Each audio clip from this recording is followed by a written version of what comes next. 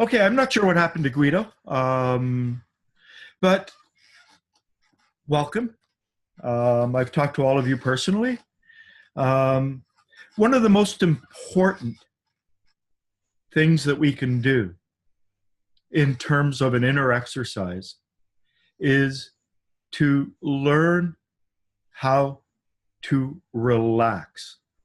Mr. Gurdjieff says that this is the beginning of certain forms of inner exercises, the ability to allow our body to enter into a relaxed state. So perhaps as you're sitting there listening to me, you can become aware of where in your body you may feel a little bit of tension. Perhaps in your forehead, or maybe in your shoulders or lower back, or I think someone else may be joining us, or I'm not sure. That was my phone. Well, that Hmm. was your phone. Okay. Yeah. This is the first time I've done it with more than two people. So I have no idea what it's going to look like when I go back and look at the recording and whatever. But just become aware of your body. Try and do an internal scan of your body and try to pay attention to where you notice any kind of tension. Tension generally tends to be habitual in nature. I used to carry a lot of tension in my jaw. Some people, it's the shoulders, the neck, sometimes the arms, the hands. Try to do that internal scan. Notice where you carry this tension.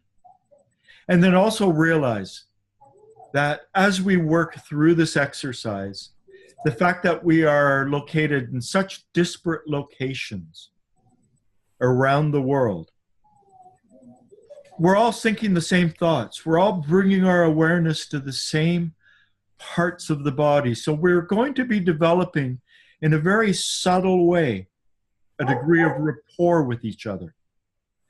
So Mr. Gurdjieff says that for the most part, most relaxation should start the top of the head and then move down to the feet. So just bring your awareness to the top of your head and just allow the top of your head to relax. And then relax your forehead. Relax your eyebrows. Relax your eyes. Relax your nose and face, your ears and the finer muscles in the sides of your head. Relax your mouth and jaw. Relax your throat. Relax your neck, the back of your neck. Relax your shoulders. And then focus on relaxing your upper arms, your biceps, your elbows. Relaxing your lower arms, your wrists, relaxing the top of your hands, the palms of your hands, relaxing the fingers, the muscles, the bones in your hands. And then bring your attention to your chest and relax your chest. And then down to your midriff and solar plexus and just relax those. And then down to your lower abdomen, relaxing your lower abdomen. And then bring your awareness back up to your shoulder blades and upper back, relaxing them, relaxing your middle back, your lower back, bringing your awareness to your hips and buttocks, relaxing them. Then relaxing your upper legs, your thighs and hamstrings, your knees, your lower legs, your shins and calves. And finally, relaxing your feet, the top and bottom of your feet, your toes and heels, the bones and muscles in your feet. Now let's do this again. Bring your awareness to the top of your head and just allow the relaxation to slowly descend down into your forehead, your eyebrows, your eyes, your nose and face, the finer muscles in the sides of your head, down into your mouth and jaw, your throat and neck, your shoulders, This time your upper arms, your upper torso, so your chest, upper arms, upper back, down to your midriff, middle arms, middle back, your lower torso, your abdomen, lower arms, lower back, down to your hips, your hands, down to your buttocks, down to your upper legs, your knees, your lower legs, relaxing them, down to the bottom of your feet. And perhaps you can even feel a soft flow of energy out through the bottom of your feet.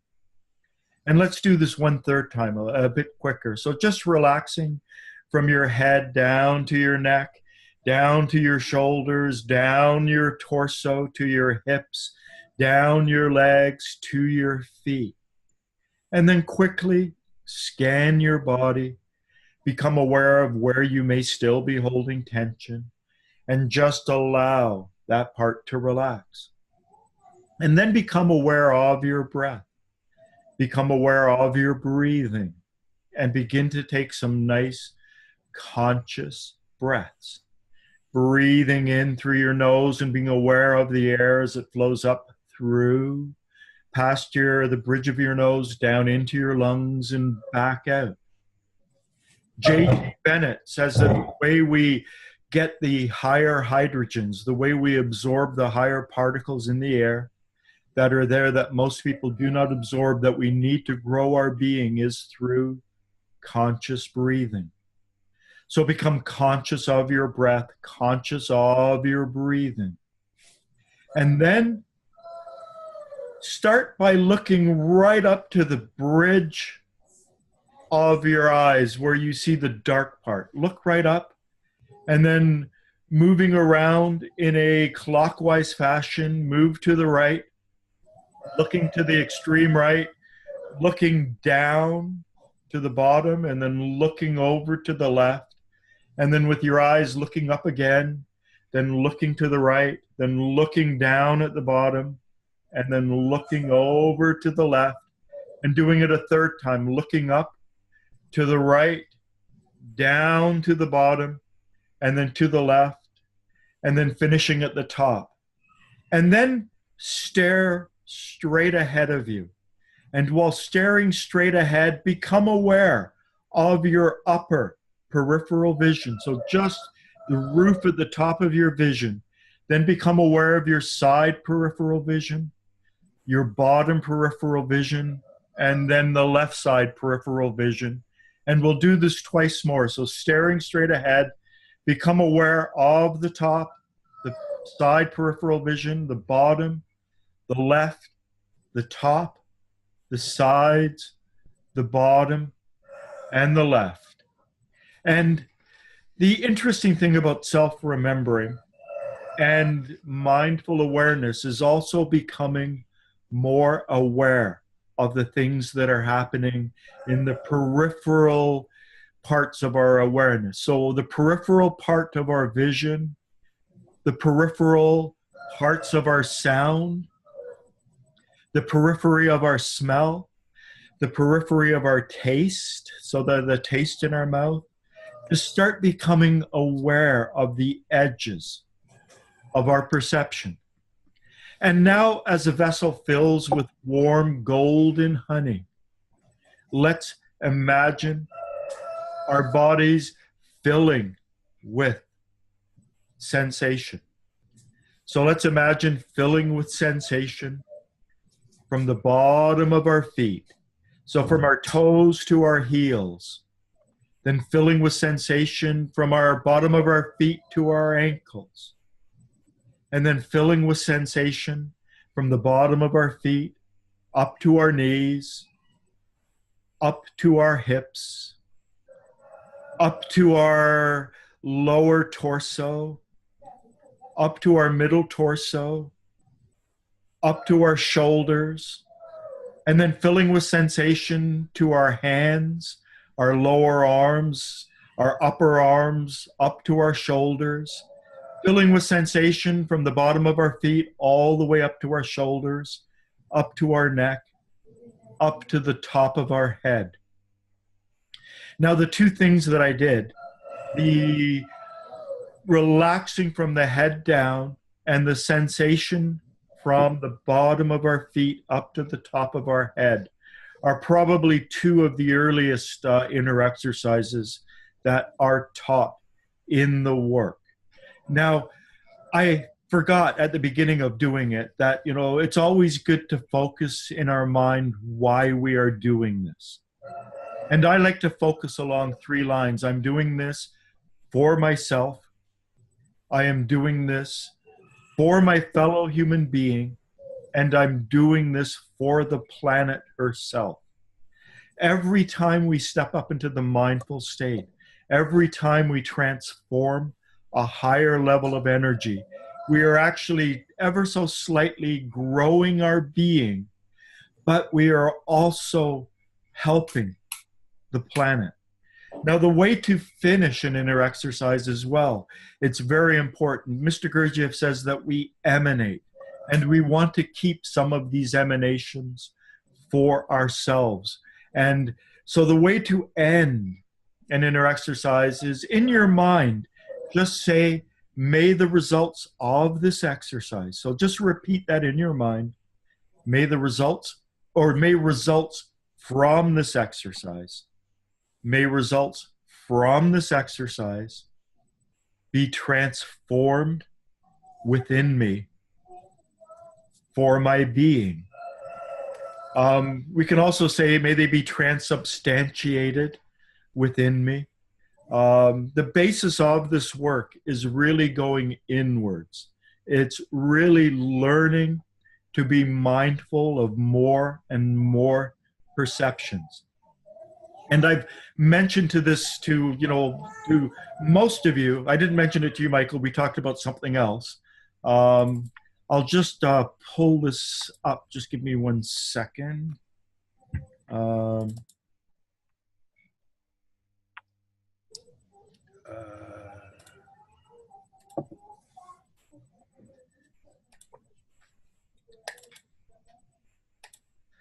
So, growing our being. The left is waking sleep, where we normally live. The middle is self-remembering, personal consciousness. And the right is the ultimate goal, the development of the real I. They're all represented in the other diagrams as well. When we transform hydrogen-48, we're in a very mechanical state.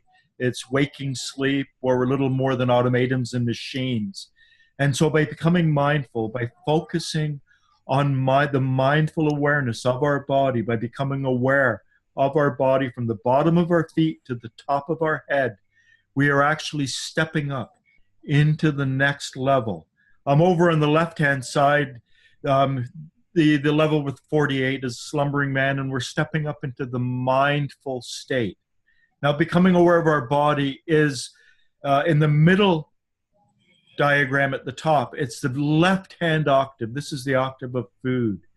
And so we're really beginning with the physical body. We're beginning with becoming aware of our physical body. And I'm just going to turn this off.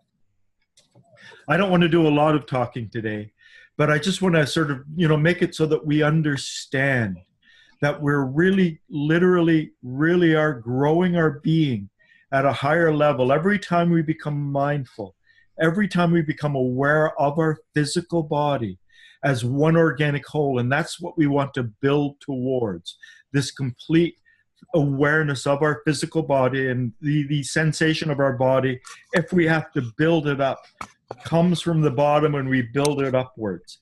But as I've mentioned to some of you, in our conversations, we want to develop the sensation of self, this awareness of our entire body as one organic whole. It is the basic prerequisite for all of the inner exercises that follow. And this is why it's such an important one. But I don't want to really go into too great a detail in that right now, because I'd like us to go around and sort of introduce ourselves. And I can begin with myself. Obviously, all of you, we've video conferenced. I've been a student of these teachings since 1981. I was introduced to them by a professor of psychology at one of the universities in Toronto. I was 23. And in that moment, Well, he taught the class to self-remember. I was the only one who got it. I couldn't understand for years why I was the only one affected, but I understand now why I was. I had a magnetic center, and there were things in me waiting for that kind of experience. So he made me step into the self-remembering state, a fairly advanced form of self-remembering. And in that moment, my life changed. And everything that I was planning on, I was sort of a normal person with normal goals. It all changed in a moment. And I knew my life would never be the same. And so I've been pursuing these teachings, different levels, deeper and deeper and deeper and deeper for the last 37 years. They are central to the work I do as a hypnotherapist. They're central to how I live my life.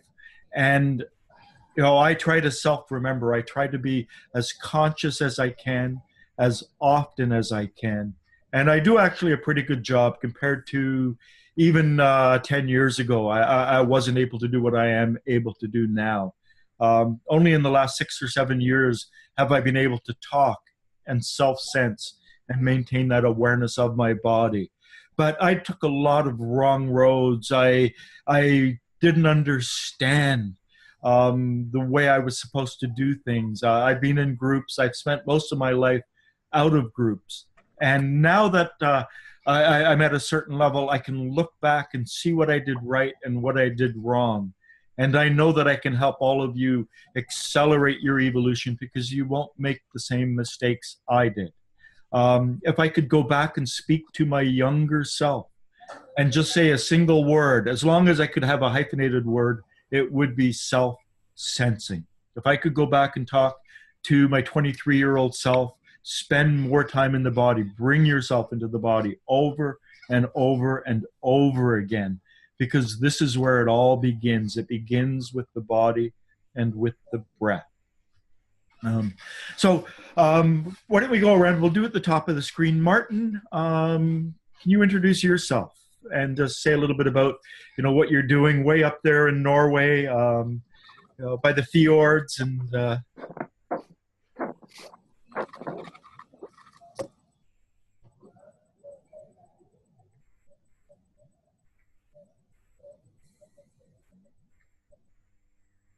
Yeah, we can't hear you. Are you talking? Yeah. Can you all hear me? Yeah, now I can. Okay. Yeah. So I'm Martin. That's my name. I'm 23 years old, and yeah, I'm born and raised in Norway, and I study at the university here. Subject called, we call it Friluftsliv in Norwegian, which would roughly translate into outdoor living, outdoor education. But it's a word consisting of 3 syllables. And the first is fri, which is free. The other is luft, which is air, and the third is liv, which is life. So it's life in the free air. It's kind of a corny translation, but yeah. So it's a lot of outdoor. Our classroom is outdoors. It's at the glaciers and in the mountains, learning how to read the snow and to travel safely and things like that. Yeah, and you can still hear me, okay? Yeah, yeah. Okay. Yeah. Prior to that, I was I was attending normal gymnasium. Went into the Navy for a year. Mandatory service. Is conscription in the Navy mandatory? Conscription as a concept is it's either you get conscripted into the Navy, the Army, or the Air Force, but you have to do a year's service. Yeah, a year's service. Yeah, but what do you say? Technically, it's still conscription, Yeah. but nowadays it's a kind of selection. A lot of people want to go, but doesn't have the opportunity because they select the personnel. So in terms of practicality, it's not if you don't want to go, you don't have to go. Yeah. But yeah, that's just a detail. But, and then I worked some, and then I came here. So, I mean, a couple of things I want to point out for everyone is being in the military. I've never been in the military, but you develop a sense of discipline. It takes you outside of yourself, and it allows you to grow up much quicker. And the other thing is you spent a year as a shepherd. Yeah, it was not a full year, but yeah, it was quite an extended period of time. Yeah, that was one of the jobs I did after the military. But in the middle of nowhere by yourself a lot of quiet, not talking, not connected to other people. What kind of animals? I never asked what the animals you were looking after were. It's sheep. Sheep. So you'd be up in the mountains or the hills and protect them from wolves and things, or just keeping an eye on them? Yeah, so it was high up in the mountains.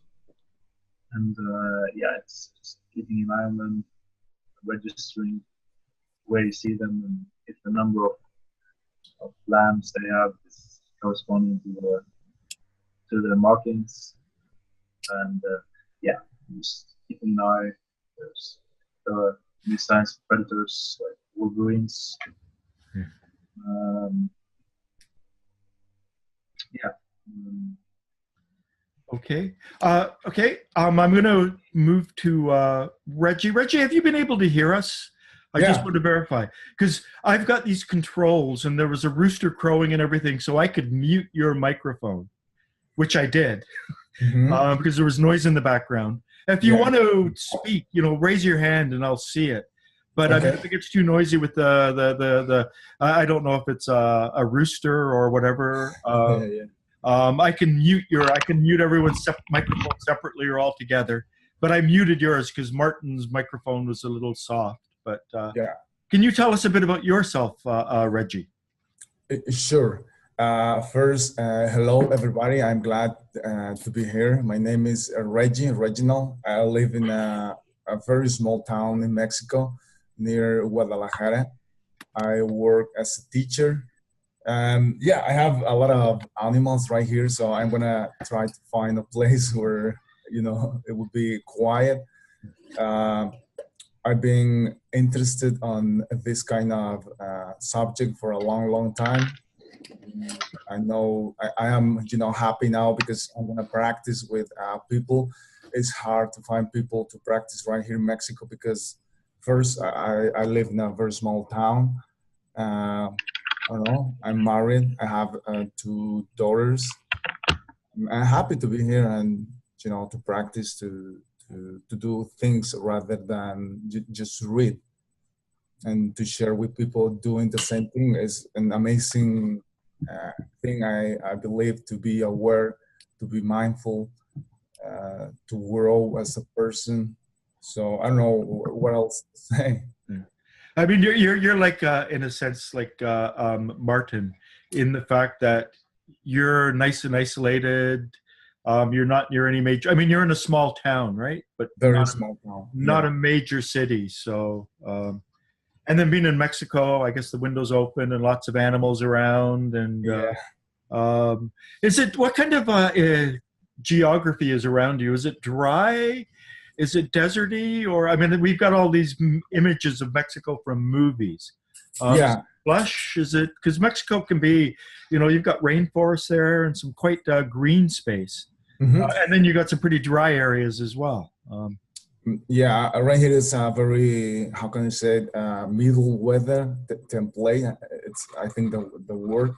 Uh, just yesterday we started season, so it's a beautiful town where I live.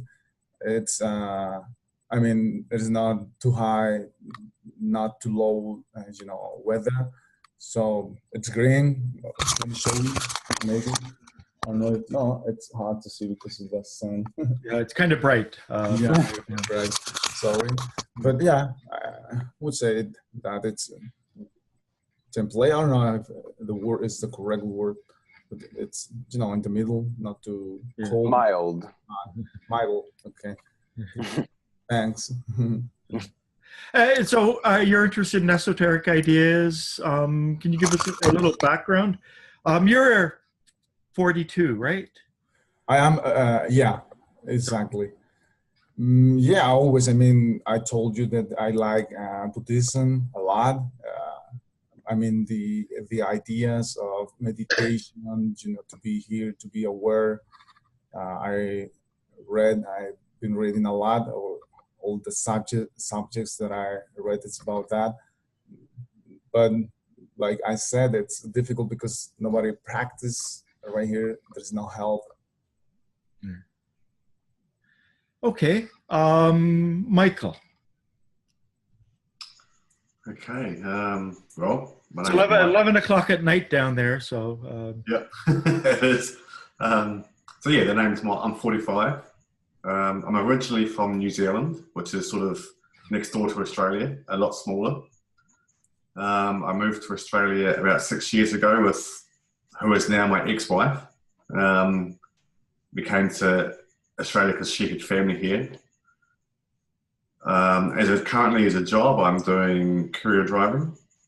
I've also had I came across this work in 2012, sort of mid-2012, and I happened to read and search the miraculous, and that just really blew my mind and just grabbed me big time.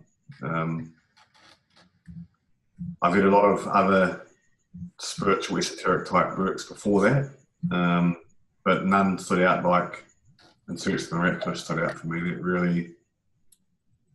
really got me big time hooked, I guess you might say. So I have 3 children, 21, 17 and 10. Big age gaps between them. Yeah, that's about it, I guess. Well, I mean, we've been Facebook friends for 4 years now. Yeah. And you have a martial arts background as well? I did. I haven't done that for about a year, but yes, I was used to do a lot of training in jiu-jitsu mostly, kickboxing and jiu-jitsu, bit of MMA as well. But that's one of the things I sort of stopped as I got more and more into this work. Certain things had to drop away, I guess. That was one of the things that just dropped away of its own accord. Wasn't that I necessarily said to myself, I have to give this up or give that up. Certain things just didn't hold the same value anymore, I guess. Well, how far did you get within martial arts? I was doing it for a number of years, so I didn't always go to gradings and worry about belts never meant anything to me, to be honest. Sometimes I just wouldn't even go to gradings, even though I was supposed to be awarded a grading. I just did it for fun. Why did you stop a year ago? Like I said, it just didn't have any value for me anymore. There was no real reason. It just fell away of its own accord. I found that people who do have a martial arts background are more able to sense themselves, more able to be in their body, more aware of their physical component, and it gives them an advantage at the initial stages of the work. Did you find that at all? Well, I guess I can't contrast myself for not knowing martial arts, but yeah, I sense in my body. I mean, it's an effort, but I can certainly have a sense of myself as an organic whole. Okay, Ben. All right. Hello, everyone. I'm 22. I live in Virginia. I'm a music and education major. Right now, I guess in my life, I'm learning a bunch of languages, learning new ideas. And I specifically came into the Gurdjieffian ideas from the Enneagram community. And I was kind of seeking like the origins of it. And I ended up reading the psychology of man's possible evolution, a little bit of In Search of the Miraculous, Meanings with Remarkable Men. And the first one was I Am, Therefore, I forgot. Okay. But yeah. Life is real only then when I am. Life is right. That's a pretty advanced book to read. That was the first one that I read, actually. That was okay. That's the one that you should read a lot of other books before you even get to that one, because it's fairly difficult to understand. Yeah. So you've only been acquainted with these teachings for was it 4 months? Yeah, pretty like 4 months. Yeah. Okay. I mean, and then, I was really interested, but then the problem, it's like, how do you actually practice them? How do you use them? And how do you start everything? Because it doesn't necessarily say that. Yeah. And I feel like, sometimes like in some of the communities, if you ask around, it's kind of more theoretical things and more, ungrounded and just, I don't know. Quite often it is the blind leading the blind. Yes. I mean, there was a big problem in the fact that when Mr. Gurdjieff died, perhaps 20, maybe 30 people in the world were trained enough to begin to lead groups. And then In Search of the Miraculous got published in 1950, and suddenly 10,000 or even more wanted to learn about these teachings. And so they actually developed a hierarchical structure that's more like the Catholic Church. And it's what they had to do. But it put a damper on a lot of groups. They're still, I know the Gurdjieff Foundation in Toronto, they're still introducing the teachings the exact same way they have done for the last 60, 70 years. There's been very little change. And most of the people in the groups now are 60, 70 years old, and they're not really bringing in new people. They're not trying to explore with this kind of technology, see if we can do it this way. So this is an experiment. So thank you for joining my experiment. Hopefully as we meet and we begin to work through these ideas and we begin to develop will tasks and begin to practice things, we will get a better understanding of it. And I also want to say, if you have any questions or whatever, send me a message or whatever. I'm more than happy to answer the questions. As I've said to all of you, everything that I do is recorded.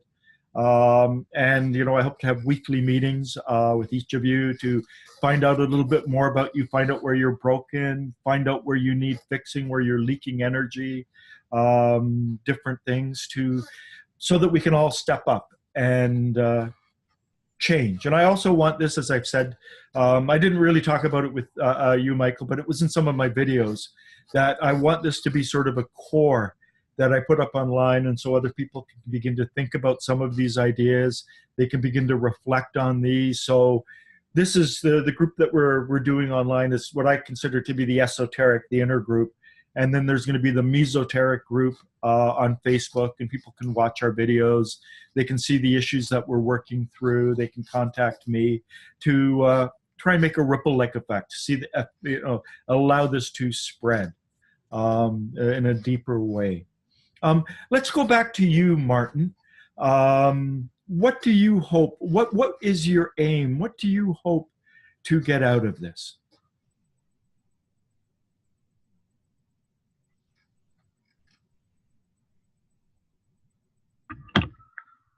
Can you hear me?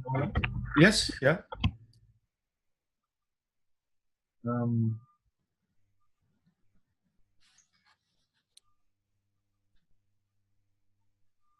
it's somewhat hard to put my finger on it, but I thought about it yesterday after you sent the message.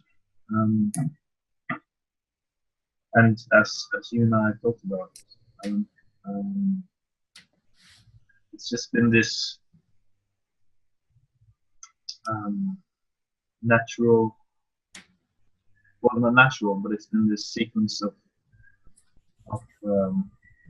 not events, but realizations that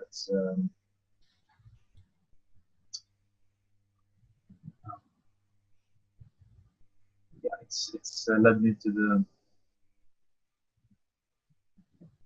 the observation and realization that so much, almost all of it, maybe, of my life and the way I conduct myself. It's mechanical. Just looking back, how I've lived my life, I can see how everything's been so rooted in unconsciousness and mechanical influences, influenced by the external environment, and so it's this yeah, and down the path it led me to Gurdjieff, and it resonated with me very much.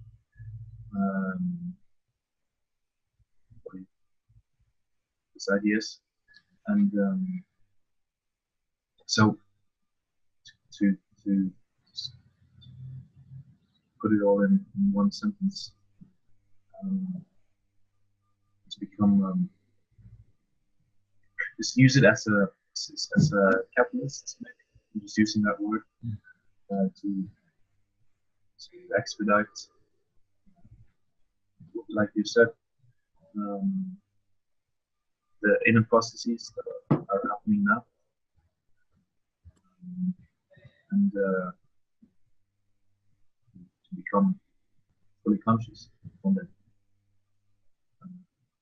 And I realize by saying things like one day, it's so problematic to say it, but I'm just using those words to formulate something that's still very abstract.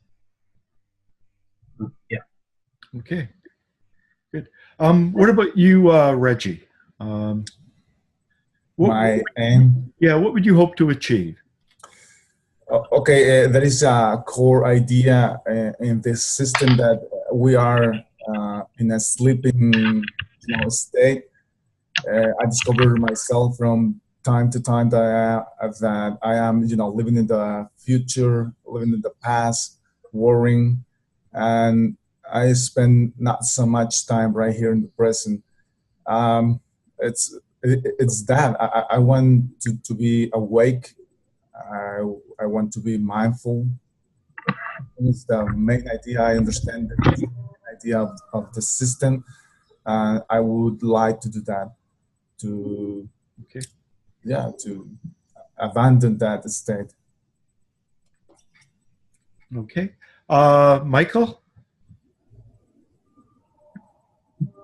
For me, is to develop an inner freedom, regardless of what's happening externally, to find a place within myself that's unaffected, that watches the pendulum swing back and forth, but that knows it's not the pendulum, the thing there, it's free, inwardly free, having an inner freedom. And to know my triggers, to know in advance when something comes up, here's my pattern, and to see that and not be that. To be able to stand in front of these things. Okay. Ben, what are you hoping to achieve? Your aim? I was really interested in all of the ideas, and I'm really looking for like practical things to work on always. And I guess a steady life, or a certain way of living, or certain principles of living that I can use all my life. And I'm definitely interested in like the idea of, you know, knowing like the core essence of like people and in myself for that matter, and just, I don't know, just more understanding, awareness, and yes, and to figure out like, you know, the problems that exist within me, I guess, in that sense. Okay. For myself, Beelzebub Tales to His Grandson. It's an incredible book. It took me, I don't know how many years to make it through my first reading. And my first reading, I was really upset at the book. I had all these notes in the margins and going, this is stupid and this is ridiculous and how could he say this? The second time I read it, I felt so chastened. It's like, oh my God, everywhere I had gotten upset, there was a deeper meaning. Something else was hidden within what I got upset about. And it was like he was consciously and purposefully pressing my buttons. I've read it numerous times now. I think I've read it 6 times. I've listened to it 6 times. It's an incredible book. Every time I read it, it's like there's a new book that I uncover in it. There's something else in it. And I've read it, you know, cover to cover 6 times. But there are parts of it, like the chapters in Ashiata Shaimesh, that I've read hundreds of times. I've done word searches for being impulses and gone through and looked at every single occasion of numerous words in that book. So it's, you know, not just reading it from start to finish. I've delved into aspects of it, doing searches. You know, the fortunate thing about having it as a PDF file is you can type in a word and you can see every instance of that word. Go and read it. So I've looked at it. I've combed through it. The last time I read it, it was a profound manual on what has gone wrong with this planet. Our species, humanity, has fallen out of balance. And Mr. Gurdjieff, you know, he didn't use these words, but we're not going to solve the problem of humanity on this planet through recycling. Recycling helps. Through all of the legislation and the environmental awareness, all of that helps. But the problem is humanity is like a pyramid. And the higher states, you know, it's like the people are no longer there. Let me bring my diagram back up if I can find it. Whoops, give me a second.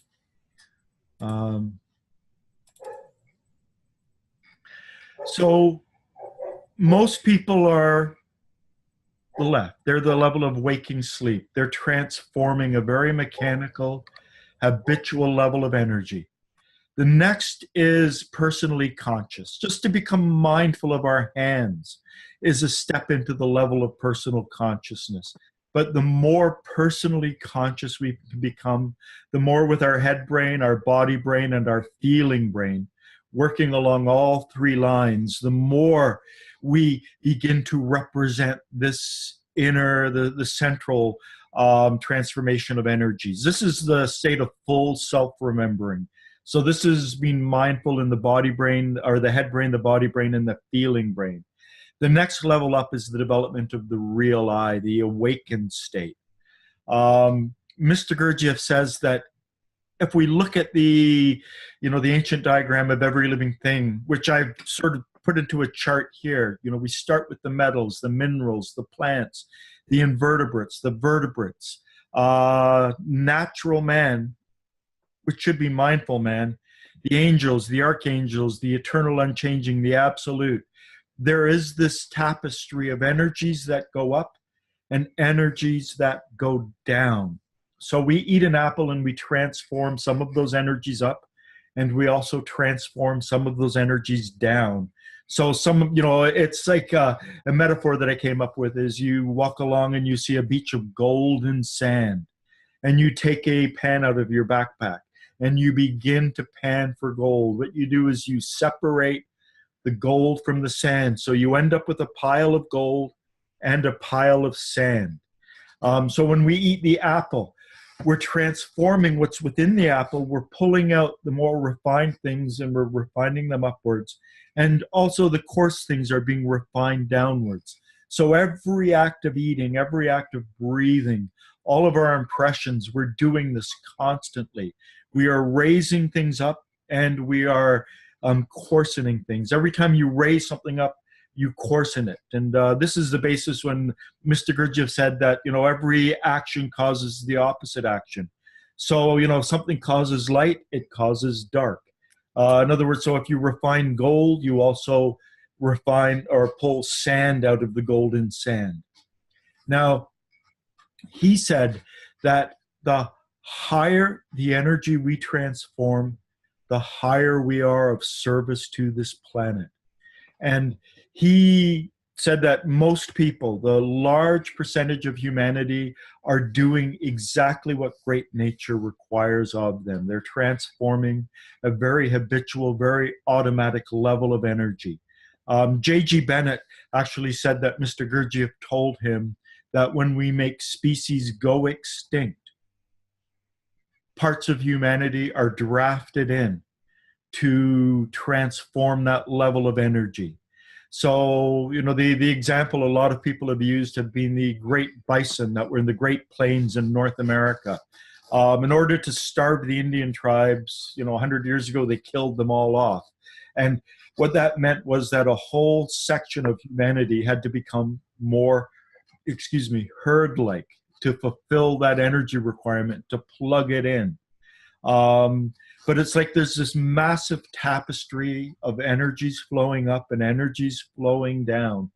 And Mr. Gurdjieff said the problem with the planet is that humanity has become out of balance. And great nature, to a certain extent, can adapt us at a mechanical level. And in Beelzebub Tales, he said that great nature has done this by shortening the duration of our experience and by changing a few things inside of us. But when we look at these different energies, moving from, the metals all the way up to the absolute, the real problem becomes apparent when we realize that there are millions and millions of species on this planet, but they go up to the vertebrates. And then for the next 3 levels, a single species is required to transform the energies across those different levels. And basically there are 3 different levels to men, almost like 3 separate species. And it's the upper levels, the upper end of humanity that in the last few hundred years have gotten very distorted. And Mr. Gurdjieff traces this problem back to the rise of mass media, and which really feeds the head brain. And the internet is the latest example of it. It's all up in the mind. It's all up in beliefs. It's up in judgments and things like that. And we don't really live in our body. We don't really live in our feelings. And he said that we don't need a massive change in humanity to bring the planet back into alignment. He said quality rather than quantity.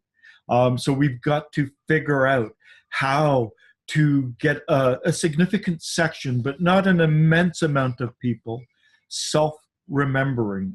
He said that was the most important thing that we can teach people. And not only is Beelzebub Tales, is there a book on, the ecological catastrophe that's coming and the degeneration of humanity that's playing a role in it. There's also a book on how to go about influencing people. He talks about, I forget the character's name, who got them to stop doing animal sacrifice. He went into religious traditions and tried to change them from the inside and introduce new things that made them stop that. A lot of Beelzebub Tales actually is devoted to Buddhism and to be able to argue Buddhism with Buddhists and to teach them how to be more mindful in terms of self-remembering. So my aim, I'm very concerned with the planet. I'm very concerned with the environment. My aim is to try to bring this awareness to the forefront, that humanity has degenerated, that the way to stop this degeneration is to teach not a huge segment of the population, but to begin to teach people mindful awareness, this mindful growth of our being, this growing our being. And it is literally a growing of our being. And some of you are fairly new to the work. Some of you have been a little bit longer and understand some things. If we look at the middle diagram, the left is the octave of food. It starts with the mouth, and then it goes to the stomach, and then it goes to the duodenum, and then to the liver, then to the cerebral hemispheres in the head, then to the cerebellum, and finally into the testes. This is all mapped out in Tales, the actual process of the transformation of these energies upwards. But then the next octave is the octave of air, which is the octave of our emotions.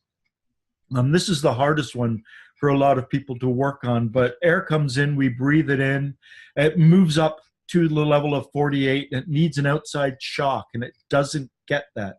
Because the next level, actually I'll go to the left one, the octave of impressions, it comes in, it doesn't really need to be transformed up to feed our food.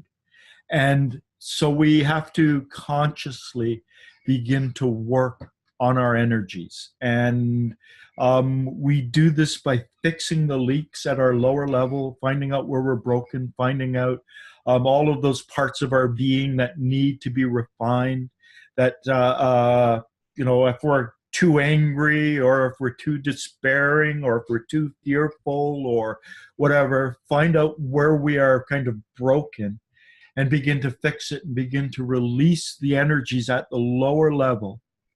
And the other way to do it is to begin to work on being more mindful, pulling ourselves up continually over and over again. Let me pull up another diagram that I've shown some of you. Taking a second to find this. So, they talk about man number 1, 2, and 3, man number 4, man number 5. This is similar to the old diagram, the one that I just showed you. For a normal human being, they're the first, the 9 squares, hydrogen 96, 48, 24. 96, when Mr. Gurdjieff talks about feeding the moon, it's at that level of our being that we feed the moon. These are the really dark, negative, destructive, explosive emotions like road rage or homicidal rage or upset, where we really lose ourselves. Then the level of 48 is where we're little more than machines, we're automatons, we're ruled by habitual awareness, where things more or less just happen to us. Now, we are a 3-story energy factory, so we're capable of living in the mindful state, which is hydrogen 24. And there are 3 dimensions to this. We have the intellectual, the physical, and the emotional. So most people live in this square. And we're capable of turning the lights on in the upper floor by being mindful. We can be mindful of what we see if someone asks us to, or what we hear, or what we smell, or what we taste. We're able to be mindful of the sensations of our body. We're even able to, if we can, and for some people this is hard, to be mindful of what we're feeling right now. And I say hard for some people because for a lot of people the emotional center is atrophied. and they're not really in tune with their feelings. But our goal is really to shift our being up so that our lower level is where we are habitual and mechanical. Our central level is where we are mindful. And then at the upper level, we tap into conscious energy, the conscious awareness. Now, the ultimate goal is to move up into the state of the real I, which is the top one.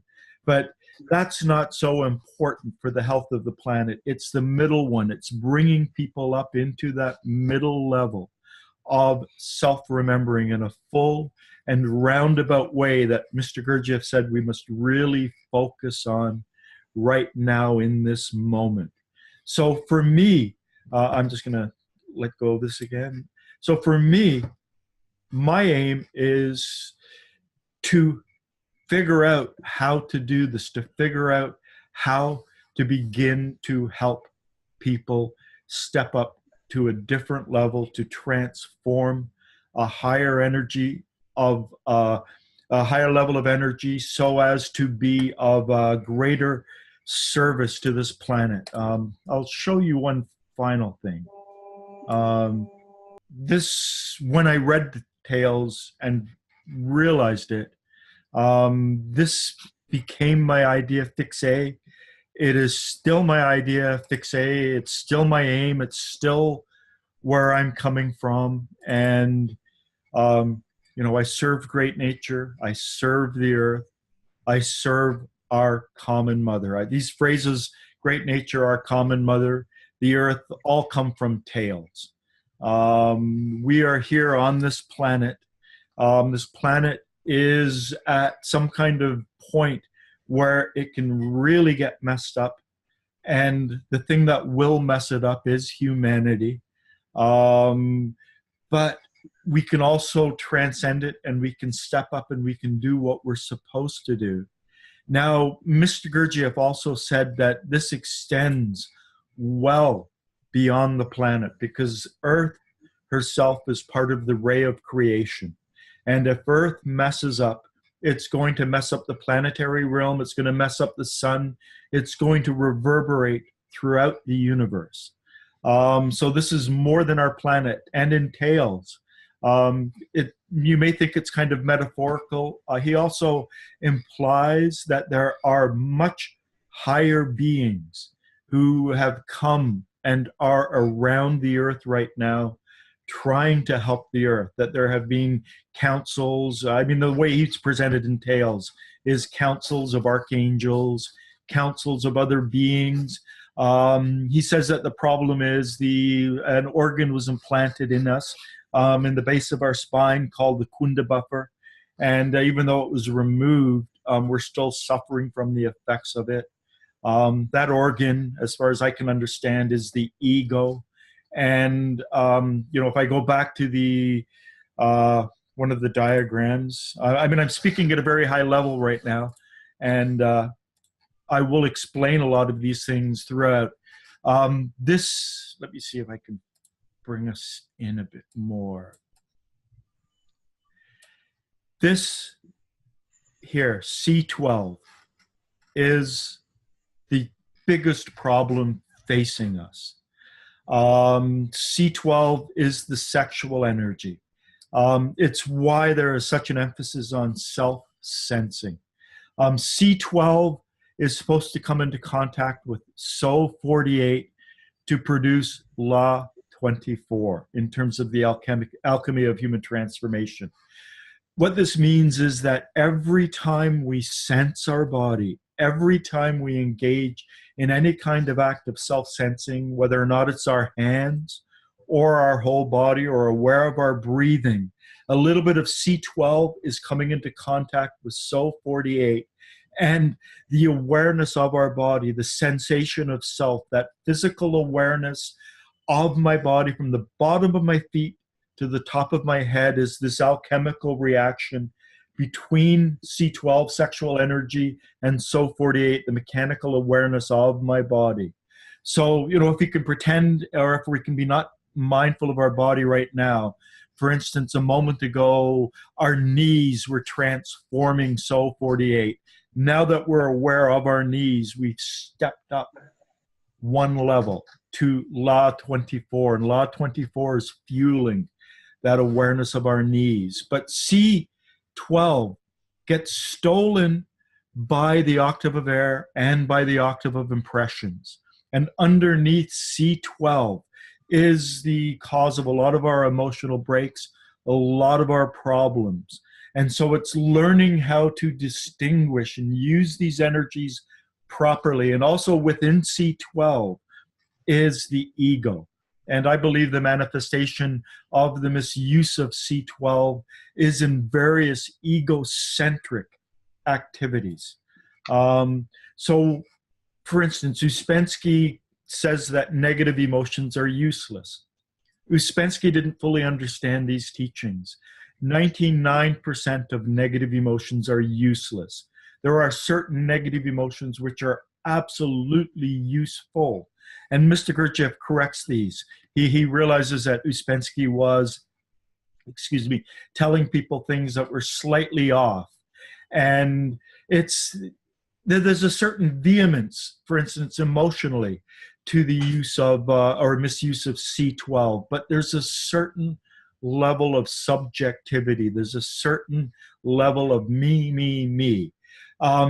If you have a negative emotion, if you're angry can be an absolutely justified and correct objective emotion if there is some real injustice and the anger is fueling an attempt to stop that injustice. But quite often our anger is, they shouldn't have said that to me, and how can they treat me like that, and how can they do this to me. Underneath it, you will be able to taste the ego. All negative emotions like depression, despair, there are objective forms of them, but mostly they're very subjective. They're very me. And the difference between objective and subjective is the ego and not the ego. So it's the biggest problem that prevents us from stepping up into the mindful state is the misuse of that specific energy and the fact that it fuels the ego. And it's all this clawing and grasping and me. How could they do that to me? Or I want to climb the mountain to be famous, or I want that gold medal, or I want so much of our activities on this planet are fueled by the misuse of that energy. And that energy in its pure state should be lawfully used to sense our entire body as one organic whole. If you can sense your body as one organic whole from the bottom of your feet to the top of your head, Mr. Gurdjieff called this the sensation of self, the full and complete physical awareness of our body in this moment. You are actually transforming that energy in a lawful way. So my goal is to help people to make this clear, to explain this, to give exercises, to pull ourselves up at the higher level. So to become mindful at the higher level, and then also to begin to explore where we are misusing this energy emotionally, where we are misusing it intellectually. I'm just recently, I'm in a phase where I'm posting some quotes from In Search of the Miraculous that talk about the beginning levels of self-observation, getting out of habit, starting to observe ourselves, starting to observe where we are mechanically, starting to observe our imagination. The imagination and daydreaming is one of the places where we waste this energy the most. If you look at your daydreams, if you look at your imagination and you say, where is my ego involved in this? And you really pursue it, you will realize that beneath it and under, supporting it and sustaining it is the ego, the sense of self-importance. So this is also explains why it's very important to become aware of our nothingness. However, it's not quite our nothingness. We have to become aware that everything that we think about ourselves is built on a faulty foundation, that we are not the masters of the universe we think we are, that we are really broken, fractured, small, petty, insignificant beings. I would prefer, rather than the use of the nothingness, because to be aware of our no thingness is actually an awareness that's extremely high. It's the stepping into the Advaita non-dual state, or the Sufi Fana state, which is the extinction of the self, where we realize we are not a thing. We are no thing. I prefer at the lower level, it's to become aware of our own insignificance, how small and broken we are. So, I want to work through these ideas. I'm putting it all sort of here at once, but I want to take these and separate them into each, tiny, tiny steps and understandings, and focus sort of on a certain aspect, a smaller aspect every week. And then the next week, we begin by coming back and talking about our experiences with what we were doing that particular week. How easy was it for you to be in your body? How easy was it for you to be aware of your breath, or whatever, various different work tasks, and to slowly build up our understanding of it, and then to have it all recorded so that other people can tap into this and begin to understand and make sense out of this whole process. So there, I've talked a lot. I talk for a living. People pay me good money to talk, but this is where I'm coming from. So this is my goal, to educate people, to make people realize how important it is to learn to transform a higher level of energy, and how important it is to figure out where we're broken and fractured and why we are not transforming that energy on a regular basis. Mr. Gurdjieff said, remember yourself always and everywhere. And why can't we remember ourselves always and everywhere? It's because we are not using that energy properly. He says that at night, we accumulate all the energy we need to enter into those states during the day, but it's through our negative manifestations. We just waste that energy, so we're not able to do it. Are there any questions, any comments, I've talked about this with some of you a bit more than others, but I just want to make sure that we're all on the same page, and that I have this in our first meeting, so people can begin to get an idea where I'm coming from and what my aim is, what my own personal aim in doing this is. I don't have any questions. It's clear for me. I also don't have any questions. Okay.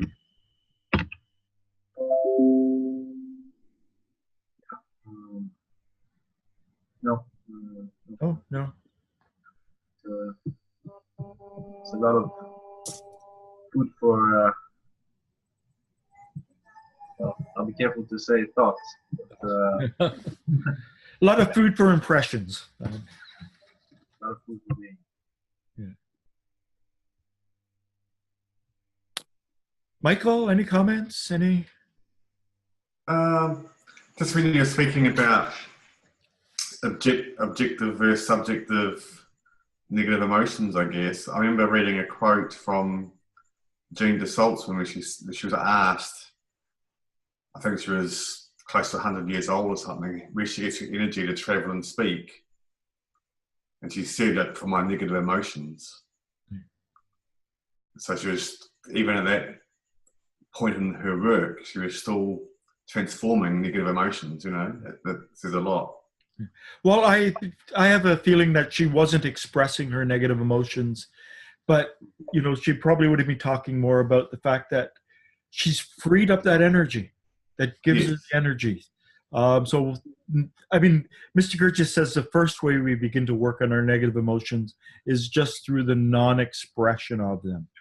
So rather than yelling at people or getting upset, we've got to move back further and further and further and further and further till we get behind our negative emotions. But at the beginning, we start by not expressing them. And we will work through this as well. We're all broken around a certain negative emotion, and it's different for all of us.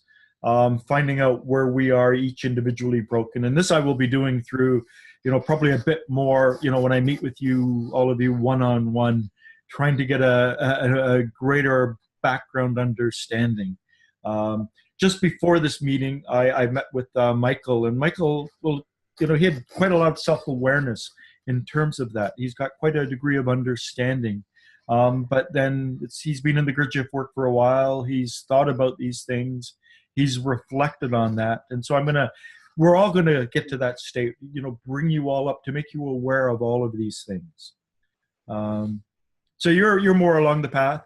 And there are two people who couldn't make it today. Ian, he's also, he started in Buddhism, and he's a bit more along the path. And then Francis. Ian is in Seattle, or Portland, Oregon. Francis is in England. Francis has been in the work for 30 years as well. He's going to be a tremendous resource to give us a different perspective. So we're going to have a mix of really good, from good experience to no experience. And hopefully something will coalesce, that we will do something and we will understand something and grow and help other people as well. Through our, questions, through our observations, through our understanding. So anything else anyone wants to add? Any questions? Is there anything that we can do to start now? Well, try to become as aware of your body as often as you can. To self-sense, to be aware of your entire body as one organic whole. I should also say I'm part of a secret criminal organization. I don't know if I should be saying this on recordings, but I am. I'm part of a group that does not respect copyright when it comes to the teachings. And if any one of us gets a book, we scan it and we share it with each other. And I have access to PDF copies. Everything that you see me post online comes from my electronic library. Some of them I have to run through an optical character reader. I've got to turn them into a JPEG and then turn them into a PDF and read it and massage it and clean it. And some of them are pretty clean PDFs. But this is a roundabout way of saying I have an extraordinary library. If there's any books that you want, I probably have them. There are certain books that are incredibly important as far as I'm concerned in terms of understanding the teachings.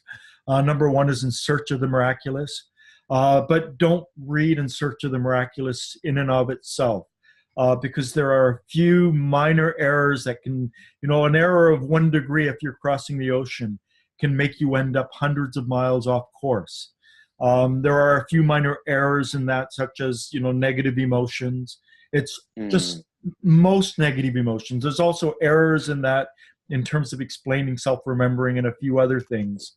Views from the Real World is a good companion. So I recommend people read In Search of the Miraculous and then Views from the Real World. Views from the Real World is, Mr. Gurdjieff is listed as the author, but Madame de Salzman compiled it after his death. She asked for notes that people took and made about lectures and things they heard him speak about, and then she compiled them into that book. And that book provides an ideal counterweight to some of the slight mistakes that have crept in to In Search of the Miraculous. So those are as far as I'm concerned, are the two most important books: In Search of the Miraculous, Views from the Real World. Then there are other books that are really good that I think are important. Fritz Peters, Boyhood with Gurdjieff. A lot of people in the Gurdjieff Foundation hate Fritz Peters because he didn't think too much of them. He didn't think much of a lot of people working in groups, and so they talk about his alcoholism and various different things. But as Mr. Gurdjieff said to Fritz Peters is, I'm under your skin, I'm in your blood in a way that I'm not with people who came as adults to the work. Because Fritz Peters first met Mr. Gurdjieff at the age of 11 when he was basically dumped at Mr. Gurdjieff's Institute in France, and he lived there for a few years. So he learned it in a different way. He wrote 2 books that have been compiled into a single book, but the most important one is Boyhood with Gurdjieff, but they're both together now in a single book. I forget the name of the single book. When I post Fritz Peters, I always quote Boyhood with Gurdjieff, even though I'm getting it from the other book. Another really good book is C.S. Knott's, A Pupil's Journey. There's a lot of information there. And another good book is the Hartmans, Thomas and Olga de Hartmann. Thomas started writing the book, and he died before it got completed, and then Olga de Hartmann completed it. There's not as much teaching in that book, but you begin to see what an extraordinary human being Mr. Gurdjieff was. And then, of course, Tales, Beelzebub's Tales to his grandson. It's such a difficult book because it's meant to make you focus all of your attention. And if you haven't read that book, do not read any kind of commentaries on it. Do not try and get a glossary of terms. He introduces something like 450 neologisms, new words, and he introduces them in a very specific way. So he will introduce a word without explaining it, and then 200 pages later add a little bit more, and 400 pages after that add a little bit more. We never get a second opportunity or a second chance to receive a first impression. So the first time you read Tales, it's best not to have read any commentaries on it or tried to understand it. Just confront it. The first time I read it, I hated it. It took me 20 times to get past the first 50 pages. I thought it's just terrible, terrible. He didn't know how to write. There was a rumor that Ouspensky started that Mr. Gurdjieff had syphilis and his brain was degenerating. This was in the 1920s. And I believed that back in the 80s and early 90s, especially when I tried to read Tales. It's like, yeah, it's obvious this guy's lost it. But he hasn't. It's an incredible book. If you want to get glossaries and whatever, after the first reading, the first time to confront it without any kind of understanding of what's going on. It's a real difficult book to read. It's hard to digest. It requires such focus, such effort, such concentration, but it is well worth it, particularly for serious students of the work. And Meetings with Remarkable Men is also important.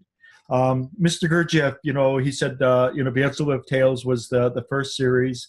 Meetings with Remarkable Men was the second. And he didn't actually write Life is Only Real Then When I Am, but he told his family to compile it from some lectures he gave after he died. He was writing that book and he gave up writing it, and he figured that's enough. That's a fairly advanced book. So for Ben to have read that for the first, there's so much you won't understand that's in that book. But they're very important. These books are all important, and I have copies of them. If you want them, just send me a message. Any other questions? It's 12 o'clock now. For this week, just try to become aware of your body in whatever way you can. We could begin the next session. Can you become aware of your whole body as one organic whole? Can you become aware of your body from the bottom of your feet to the top of your head, the touch of clothing on your body, the air that touches your skin, your feet, your hands? This is the most important basic beginning in the work. It gets more and more and more complex, but this is where it begins. And even before then, it begins with the ability to relax ourselves, to calm down. So just try as best you can, in whatever way you can, to bring your awareness as often as you can, back to your body this week, over and over and over again. Are there any questions, any comments, anything anyone would like to add?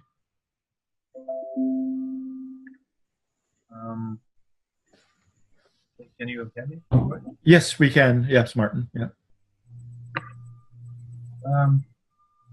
Just maybe want to share something from my own experience.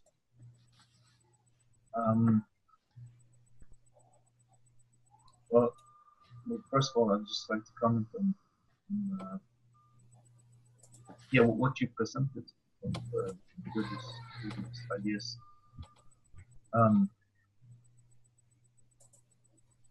It's, ever since I was maybe 15 years old, I've kind of been very fascinated and drawn into and felt this weird, strange pull towards everything. Like it started with Buddhism, but I'm not getting caught up in the exoteric things, but more central aspects, Buddhism, Hinduism, etc. And without and also been very in my early years been very interested in physics and great leaps of imagination, physics as a jumping board, and it seems to me that what you presented of Gurdjieff's ideas just it's made sense on a very tangible scale to me. Anyways, that was just a thought. And so for a long time now, it's been ever since this self-observation, to call it practice, started by itself. Naturally, you watch these people, these beings like Gurdjieff, the Buddha, Krishnamurti, just to name a few, and you kind of think, well, I did, and I have for a very long time, just thought that this idea of whatever superconscious, I'm just using that word, it's like their passive state of being. It's like you have to work, then one day you will achieve this state of being, then you won't have to be conscious of it anymore. It's like this. It seems like the ego is somehow involved in this idea, because then one day you'll have to you're off the hook. It's like this fantasy that's very comforting, because one day when I reach there, it will just be automatic. The way my life is mechanical now, it will be conscious then, without having to work for it. Anyways, and then I heard this story about it was a Zen story,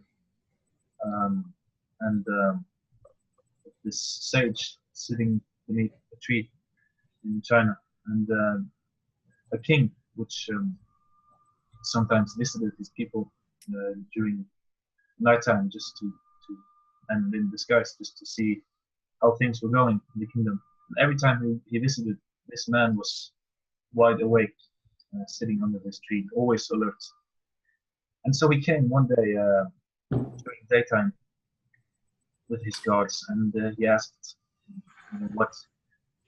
whatever is the reason for you being this watchful? What have you to guard? What have you to lose? And this beggar looked at him and said, "It is the other way around. What is it you are guarding? You have nothing to lose." And I was referring to his being completely empty, and whereas I have the most precious thing to lose, which is to say, his awareness, consciousness, and even for people, humans, beings, highly evolved, there is this constant work that has to be done. It's not that you reach this state and then you can relax. And yeah, it just struck me when I heard it. Yeah. And, it's a reason not to ever let yourself off the hook. Yeah. Well, Mr. Gurdjieff said the most important quality we have is the power of our attention. And you can never get back a moment of inattention. It's gone. And it's something that we should be preserving and conserving and realizing just how important attention is. At any rate, it's a little over. I know that it's after midnight in Australia, and Michael, you've got to get up at like 4 a.m, so you'll have a very, very little sleep. So, gentlemen, I'd like to thank you all for participating today, and try to be aware of your body. Bring yourself back to the sensation of self in whatever way we can, and we'll talk about this and begin with this next week. And we're going to be meeting here at the same time every Sunday. So take care. I'm going to leave you now. Thank you. Bye now. Yeah. Thank you. Bye, everybody. Bye. Have a nice week. You too.